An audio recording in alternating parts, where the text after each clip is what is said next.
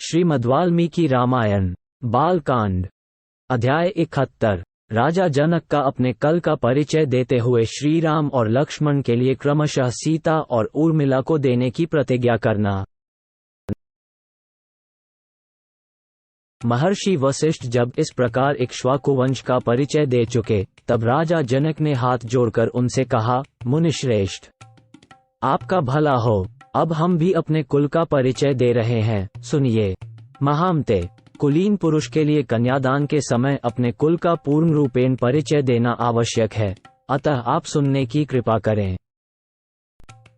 प्राचीन काल में निमि नामक एक परम धर्मात्मा राजा हुए हैं, जो संपूर्ण धैर्यशाली महापुरुषों में श्रेष्ठ तथा अपने पराक्रम से तीनों लोकों में विख्यात थे। उनके मिथि नामक एक पुत्र हुआ।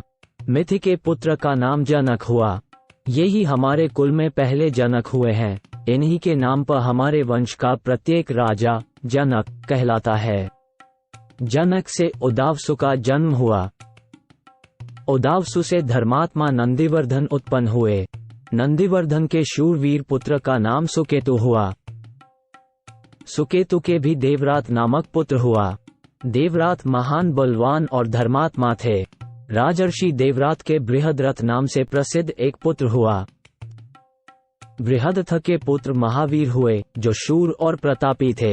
महावीर के सुधृति हुए, जो धैर्यवान और सत्य पराक्रमी थे। सुधृति के भी धर्मात्मा धृष्टकेतु हुए, जो परम धार्मिक थे। राजर्षि धृष्टकेतु का पुत्र हर्यश्व नाम से विख्यात हुआ। हर्यश्व के पुत्र मरु, मरु के पुत्र प्रतींधक तथा प्रतींधक के पुत्र धर्मात्मा राजा कीर्तिरथ हुए। कीर्तिरथ के पुत्र देवमीद नाम से विख्यात हुए। देवमी के विबुध और विबुध के पुत्र महीद्रक हुए। महीद्रक के पुत्र महाबली राजा कीर्तिराथ हुए। राजर्षि कीर्तिरा के महारोमा नामक पुत्र उत्पन्न हुआ। महारोमा से धर्मात्मा स्वर्णरोमा का जन्म हुआ। राजर्षि स्वर्णरोमा से हृस्वरोमा उत्पन्न हुए। धर्मज्ञ महात्मा राजा हृस्वरोमा के दो पुत्र उत्पन्न हुए, जिनमें ज्येष्ठ तो मैं ही हूँ और कनिष्ठ मेरा छोटा भाई वीर कुशध्वज है। मेरे पिता मुझ ज्येष्ठ पुत्र को राज्य पर अभिषिक्त करके कुशध्वज का सारा भार मुझे सौंपकर वन में चले गए। वृद्ध पिताक स्वर्गगामी हो जाने पर अपने देवतुल्य भाई कुशध्वज को स्नेह दृष्टि से देखता हुआ मैं इस राज्य का भार धर्म के अनुसार वहन करने लगा। कुछ काल के अनंतर पराक्रमी राजा सुधन्वा ने सांकाश्य नगर से आकर मिथिला को चारों ओर से घेर लिया। उसने मेरे पास दूध भेजकर कहलाया कि तुम शिव जी के परम उत्तम धनुष तथा अपनी कमलनयनी कन्या सीता को मेरे हवाले कर दो। महर्षे, मैंने उसकी मांग पूरी नहीं की, इसलिए मेरे साथ उसका युद्ध हुआ। उस संग्राम में सम्मुख युद्ध करता हुआ राजा सुधन्वा मेरे हाथ से मारा गया। मुनिश्रेष्ठ, राजा सुधन्वा का वध करके मैंने सांकाश्य नगर के राज्य पर अपने शूरवीर भ्राता कुशध्वज को अभिषिक्त कर दिया। महामुने, ये मेरे छोटे भाई कुशध्वज हैं और मैं इनका बड़ा भाई हूँ। मुनिव, मैं बड़ी प्रसन्नता के साथ आपको दो बहुएं प्रदान करता हूँ। आपका भला हो। मैं सीता को श्रीराम के लिए और उर्मिला को लक्ष्मण के लिए समर्पित करता हूँ।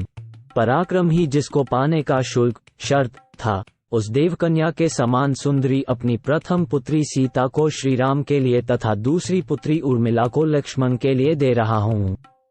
मैं इस बात को 3 बार दोहराता हूँ, इसमें संशय नहीं है। मुनिप्रवर, मैं परम प्रसन्न होकर आपको 2 बहुएं दे रहा हूँ। वशिष्ठ जी से ऐसा कहकर राजा जनक ने महाराज दशरथ से कहा, राजन, अब आप श्री राम और लक्ष्मण के मंगल के लिए इनसे गोदान करवाइए, आपका कल्याण हो।